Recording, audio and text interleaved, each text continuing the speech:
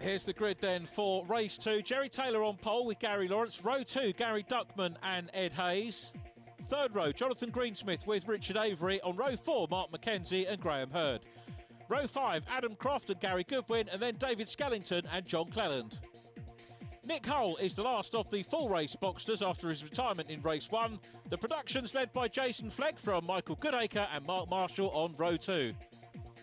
In the 924s, Carl Rossin is on pole with Simon Hawksley. Behind them, David Jones and Anthony McVinsky, then Andrew Hannington and Hugh Peart.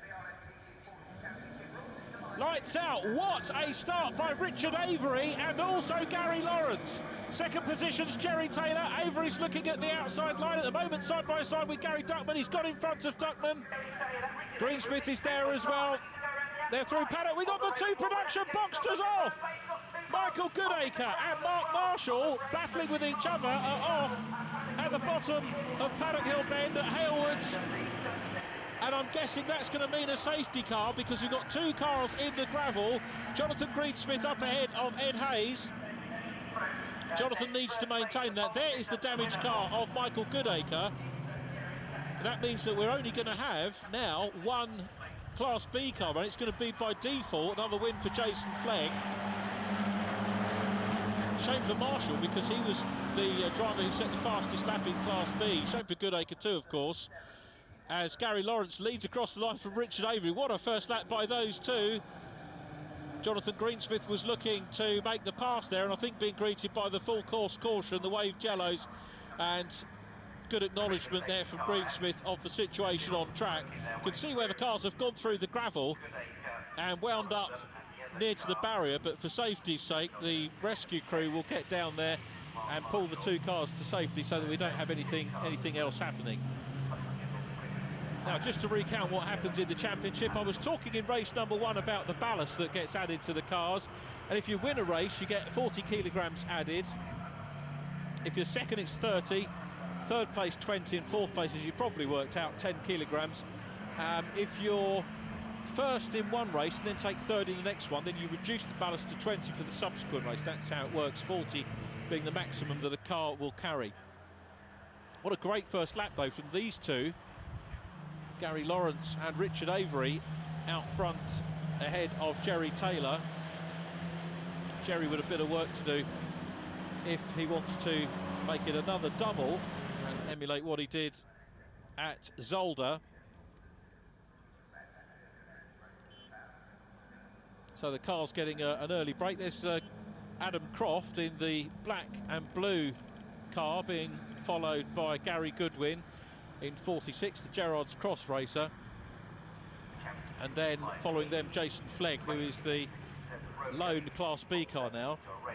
Class B this year we had several drivers racing in addition to Mark Marshall, Michael Goodacre. We've had Bernie Printy, Philip Grayson's done several meetings with us, Steve Warburton's been out for 2 meetings as well. So the production class is there, serves a purpose, as we mentioned before, to bring drivers through into the championship, and a lot of drivers that have done it have moved on to Class A already, but it is a competitive little class on its own.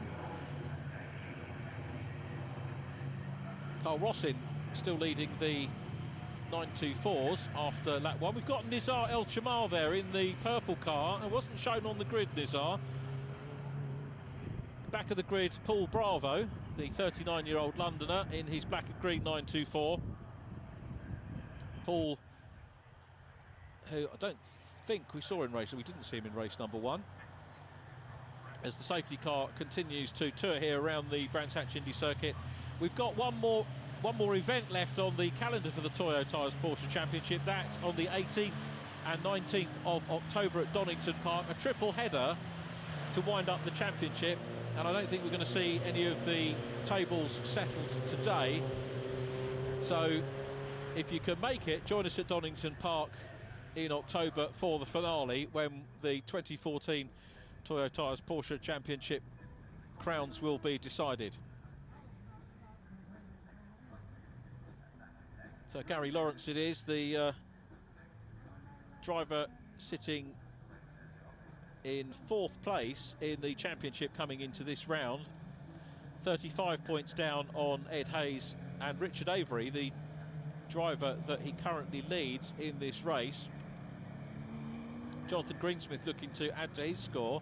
Coming into this round, as we said, 19 points clear, Jonathan. That is probably going to come down a tad if things stay the way they are. Richard Avery up ahead of him at the moment. You can see the recovery, which I think is pretty much complete now. We've got Michael Goodacre's car. I can't see what's happened to Mark Marshall's car.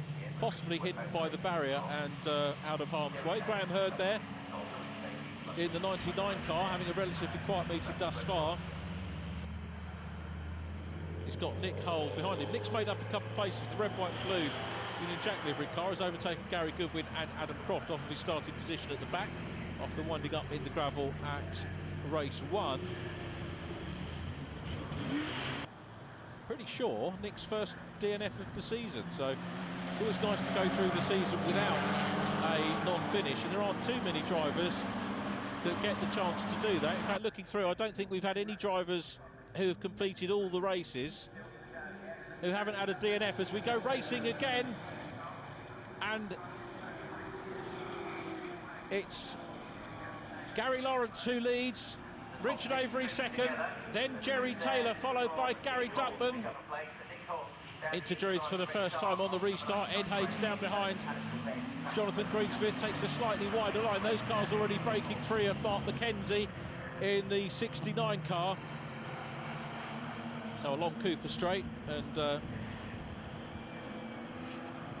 Gary Lawrence here, very pleased with his race in race number 1, and picked up the maximum championship points, and potentially he's on for that again here with Richard Avery. Will be snapping away at his heels. Richard with that win in race 2 at Zolder, which was the DNF for the man sitting in front of him at the moment. Sorry, sitting behind him, Jerry Taylor, who's in 3rd place, and then Gary Duckman. Ed Hayes dropping back away from the top 5 just at the minute, and Ed fastest lap in race number 1. So the race leaders up towards Druids again. Jonathan Greensmith chasing Gary Duckman. Richard Hayes trying to work out if he can get closer to his teammate Gary Lawrence. On Cooper Straight we go again. Lap times in this one. The lead car's lapping in the 54-second bracket. Slightly down again on where we were in race number 1. 54.7 was the best lap for Jerry Taylor. At the moment we're in the 54.8 for the faster drivers, still averaging just under 80 miles an hour for the fastest lap.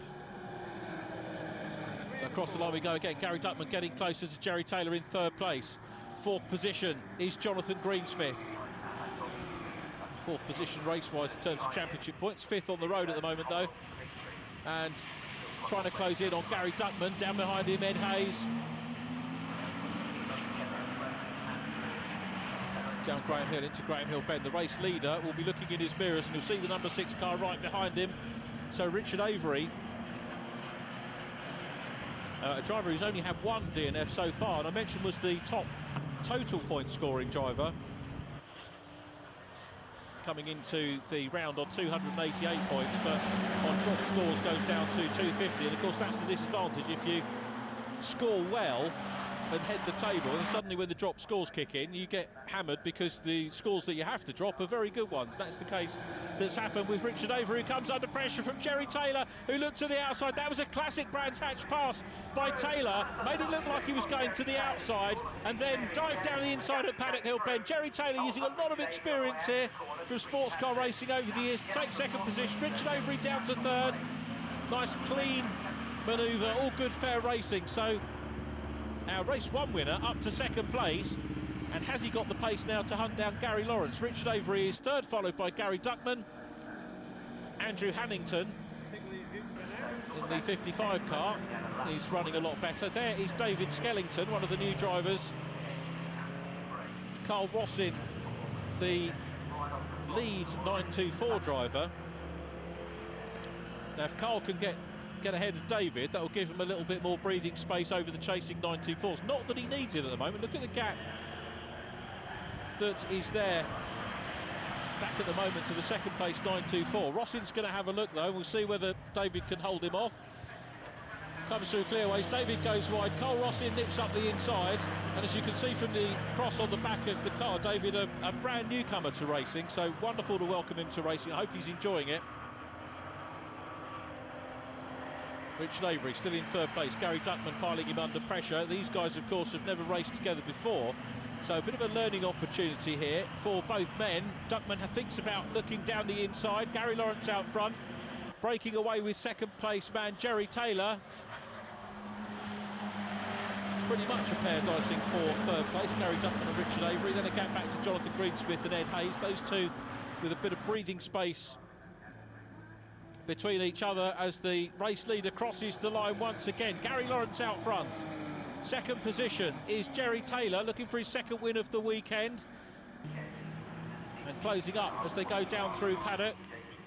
The bottom of the hill is Halewood's, up Halewood's hill into Druids. The Taylor Foundry's car is closing up and putting pressure on Gary Lawrence now. So are we going to see Jerry Taylor make a bid for the move down into Graham Hill Bend? Not overly defensive from the 93 car out front. It goes along Cooper Straight, retaining the lead from Jerry Taylor, with Richard Avery still in third position from Gary Duckman. Ed Hayes through Surtees into McLaren. The race leaders are there, and Jerry Taylor looks like he's winding up for a pass here. Very close as they came out of clearways. Now, did he get a slightly wider line? He seems to have dropped back for the moment, but it's Gary Lawrence leading, Jerry Taylor in second position. Third place, Richard Avery. Gary Duckman on his debut in the Boxster Championship is there in fourth, and we'll see what happens for this race after the break.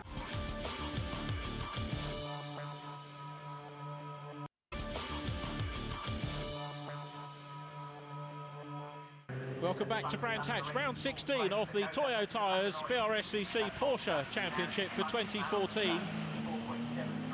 Side-by-side action going on there in the 924 class, with Nizar El Shamar engaged in battle. The black and green car of Paul Bravo goes through shot as well. What you can see is that the race leaders starting to catch the tail end 924s at the moment. Race-wise, race one went to 22 laps over the 20 minutes. We've had a safety car here, so we reckon, assuming that we don't get any more safety car problems, that we should get to around about 19 laps. 20-minute, the allocated time from the British Racing and Sports Car Club on race day for these cars. Safety car time does eat into it, unfortunately, but it's a fair way for all drivers to get their share of the track time. Through goes Nizar, followed by David Jones in car number 8. So the race leaders coming up, this might afford some opportunities for overtaking. Remember, we saw in race number 1 some cars going to inside back markers, some going outside, using the different lines to make their progress through the track along Cooper Straight. No problems for the race leader at the moment. Gary Lawrence looking for his first outright win, points win for him in race number 1. Anthony McVinsky is the 27 car, the red 924, who I think will probably stick to the inside, and he'll see the blue flag being waved to make him aware that the Class A cars are coming through.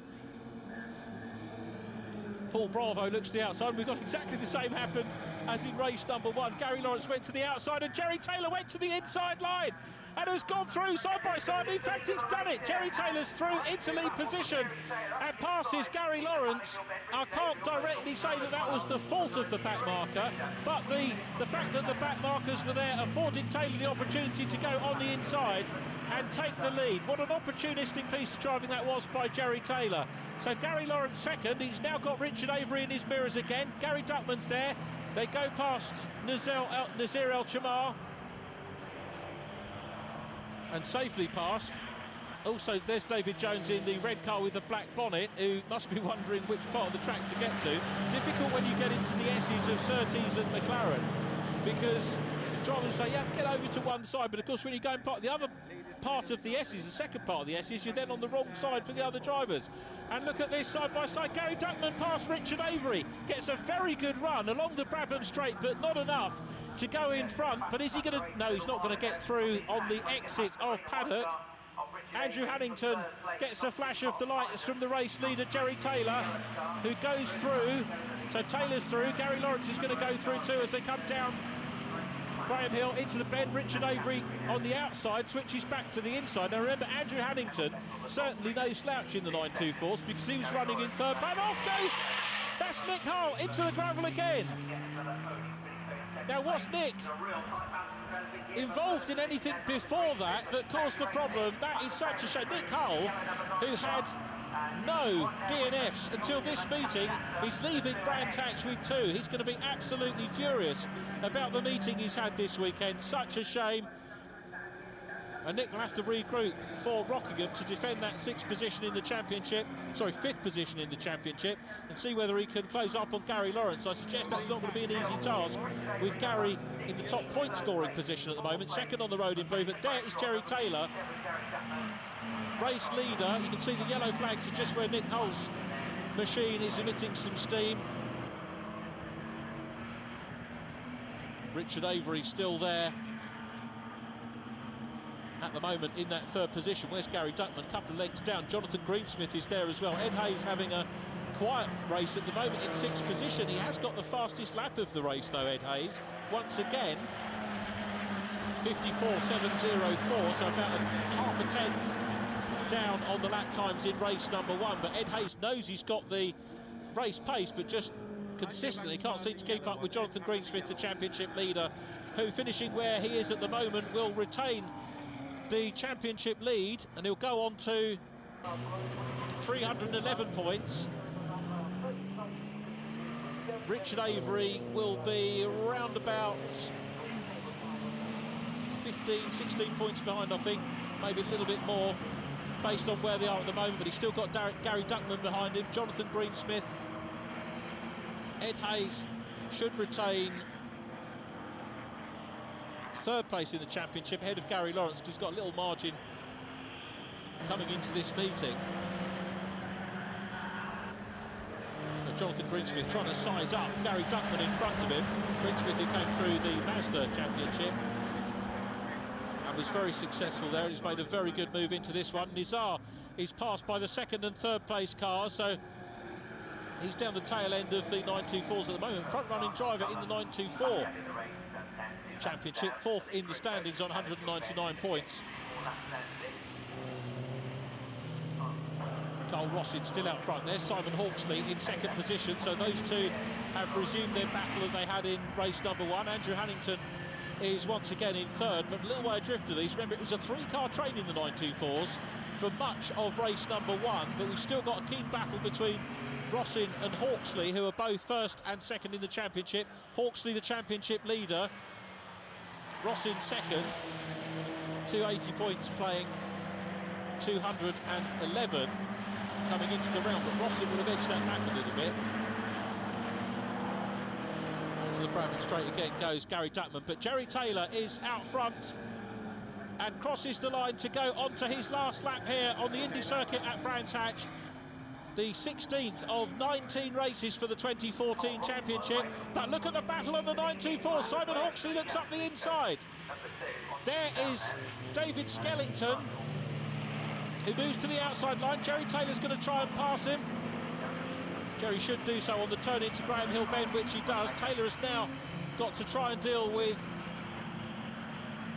Carl Rossin and Simon Hawksley, which he will probably do, partly, well, maybe here at Surtees and into McLaren. He certainly should get past them on the run down to the flag, if not before. Goes past Simon Hawksley, who looks almost certain now to finish in 2nd place.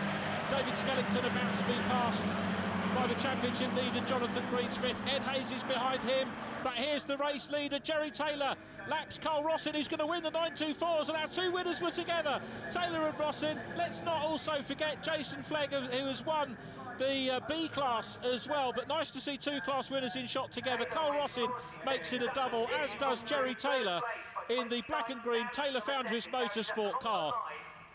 Guest driver he may be, but he's certainly shown some terrific speed this weekend and shown us how to pedal these cars. Jerry Taylor, double winner. Let's hope that we see him back racing with us again real soon. Gary Lawrence with 2nd position again. He gets the race winners points. He has had a fabulous weekend with a great point score. Gary Duckman came through ahead of Richard Avery to take another podium. So it's 2 podia on his debut for Gary Duckman. Richard Avery 4th with Jonathan Greensmith, and wins in Class B for Jason Flegg, and Class C, the 924s, for Andrew Hannington. But the crowd here at the Porsche Festival at Brands Hatch have absolutely lapped up the racing, and the 2 wins for Jerry Taylor, Jason Flegg and Carl Rossin.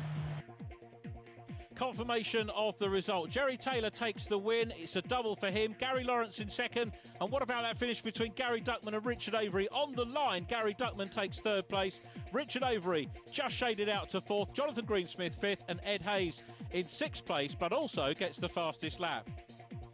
For the 924s, double victory again for Carl Rossin. Simon Hawksley in 2nd, and 3rd place this time was Andrew Hannington. Just the 1 finisher in the productions, but therefore win and fastest lap for championship leader Jason Flegg.